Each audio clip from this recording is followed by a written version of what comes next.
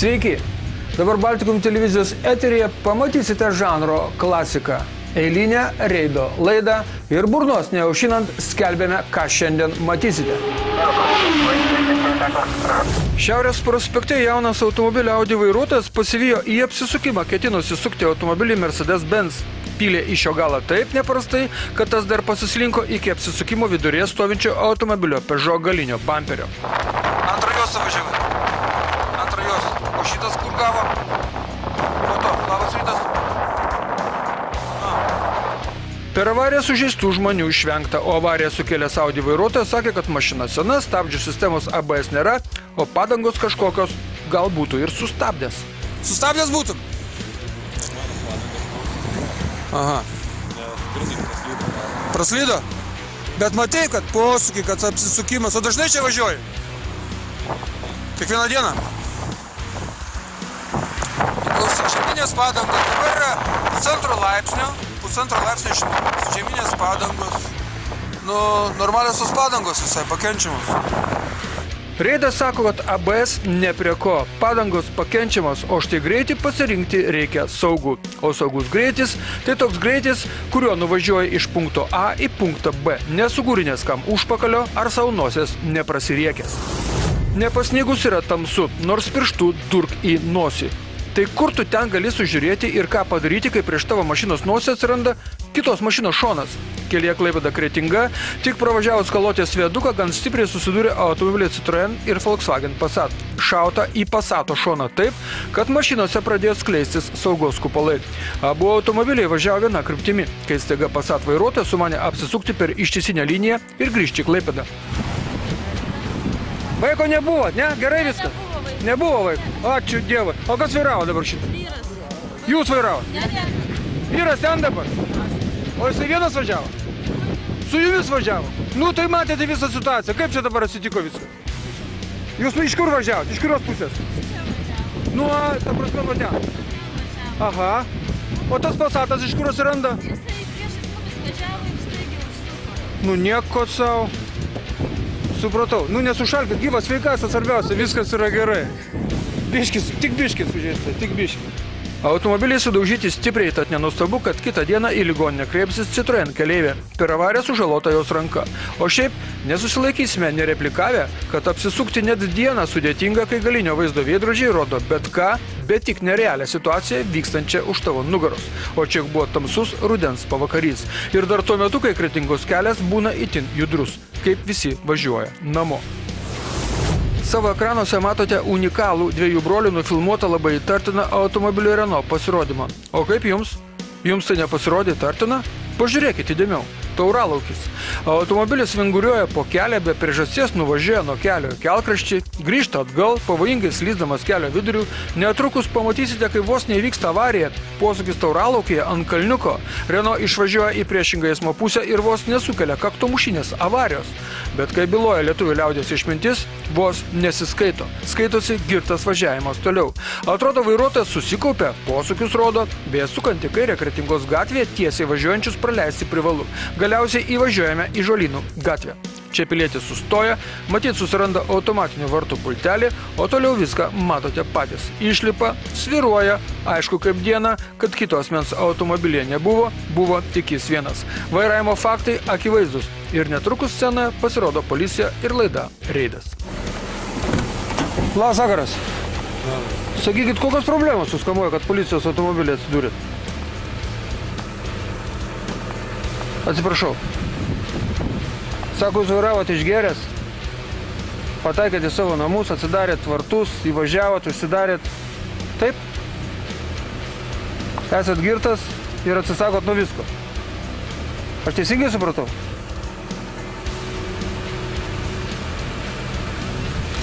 O kiek ligoninė nustatė? 1,7? 1,72. Vidutinis girtumas. Liepos mėnesį sunkus girtumas, mašina bus konfiskuojama. Nu.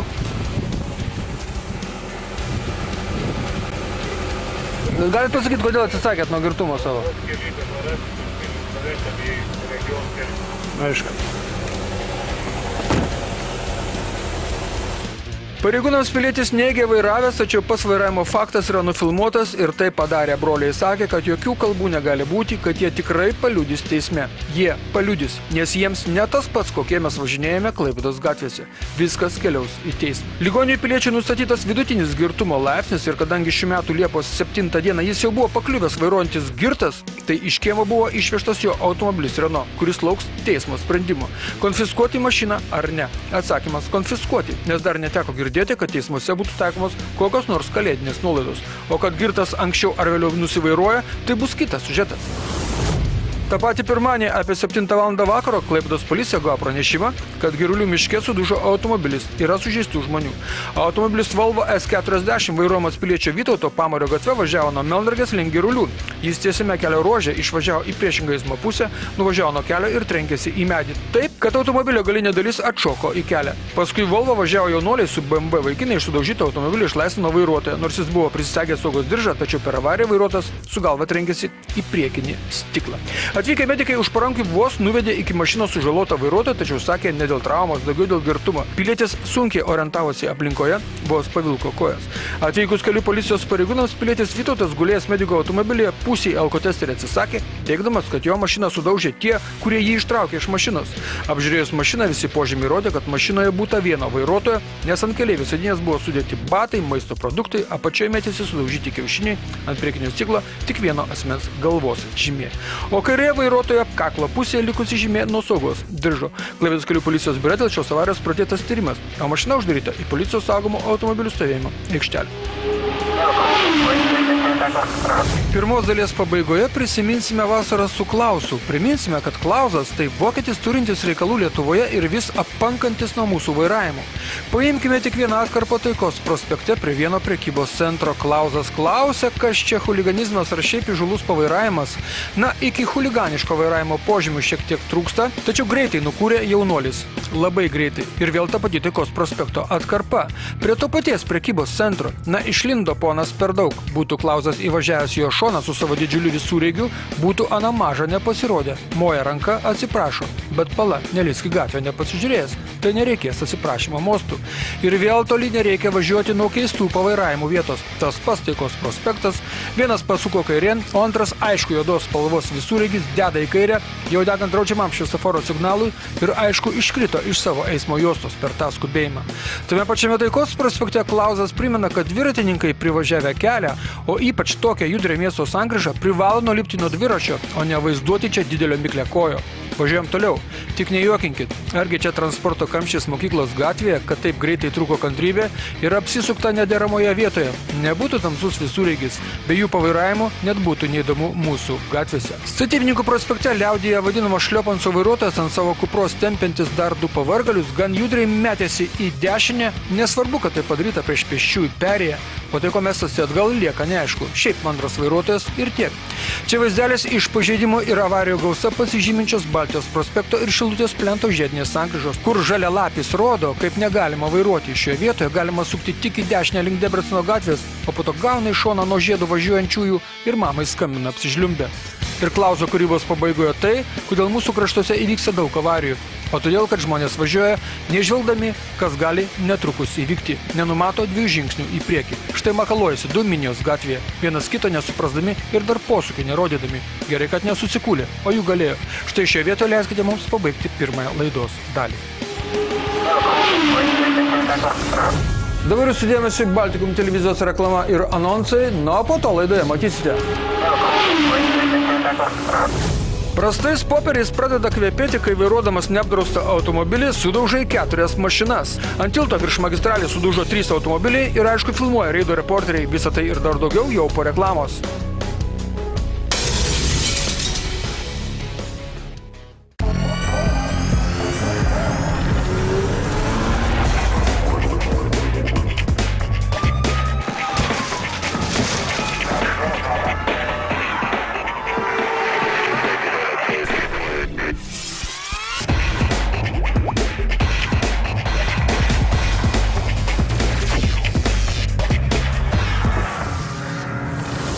Tai buvo visa reklama ir anonsai, o mes tęsėme laidą.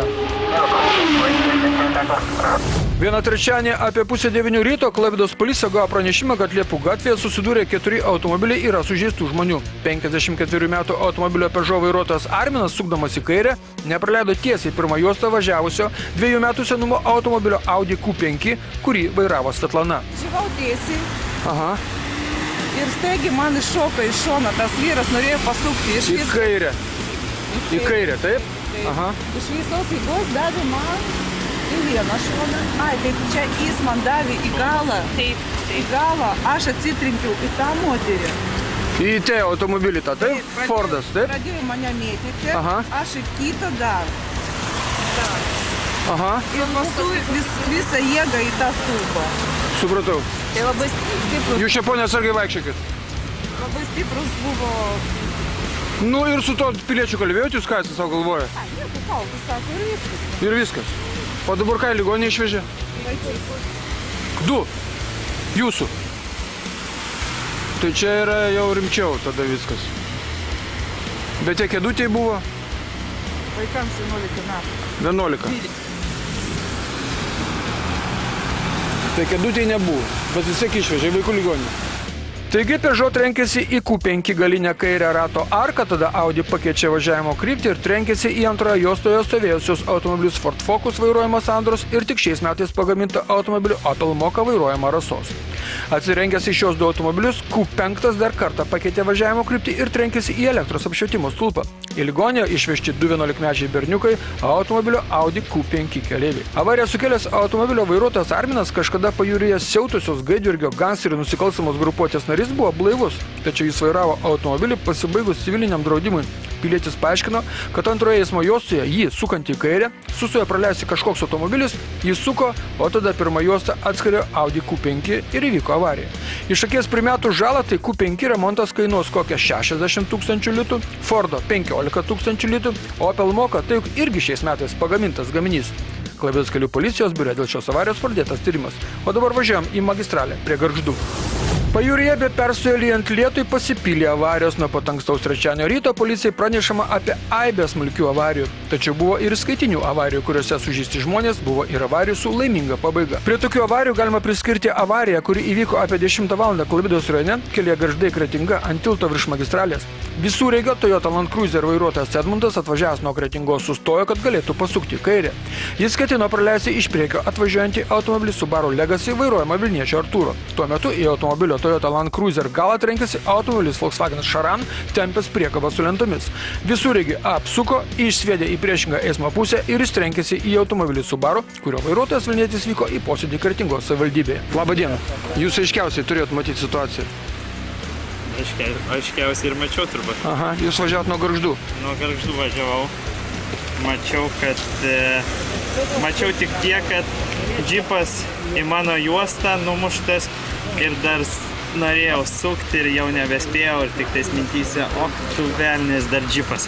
Ir Supratau, jisai žodžiu apsisukęs jums duoda. jis jau šono, aš jam iš šoną. Jis jau į mano juostą. Toyota. Kiek sugebėjau užsukti. Supratau. O va ponas va šitas nesustojo ir pylė džipų į galą. Šitai bus. Tai kaip sako, tai taip. Pagal viską. Supratau. Nu, labai stipri avarija. Kas ten gale pas jūs darosi? Šiaip galą plaik gerai. Galą. O priekis nebėra priekio. Reiks įsivaizduoti.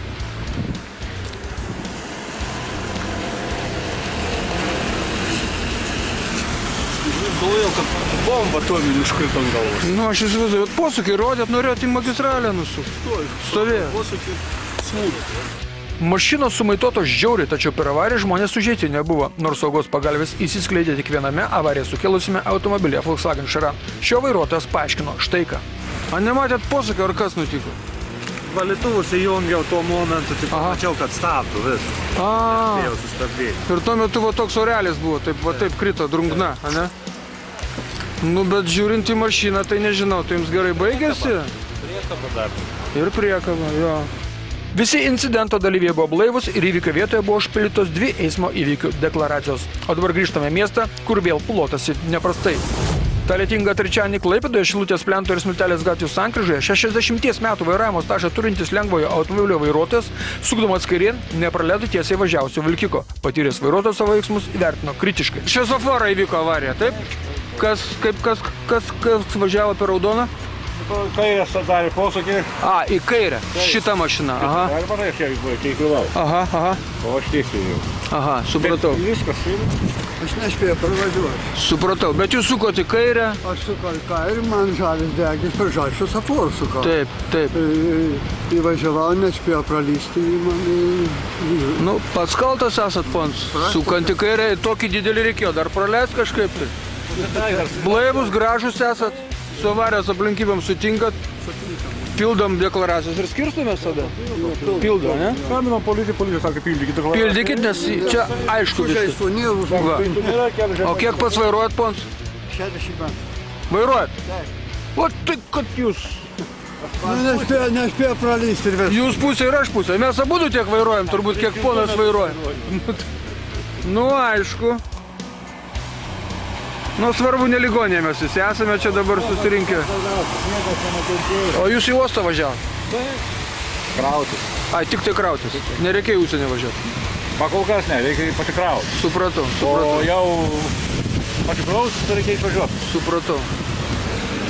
O jūsų važiuojantis vilkikas? Taip, važiuoju. Tai gal tada patraukit iš sankryžos kol kas, aš nežinau, gal būtų geriausia. Nejudinau dar kol kas. Gal žinokit patraukit, nes, kad nesusidarytų kamščiai čia, kur nors. Nu, man taip atrodo, bus geriausia. Nes aplinkybės aiškios.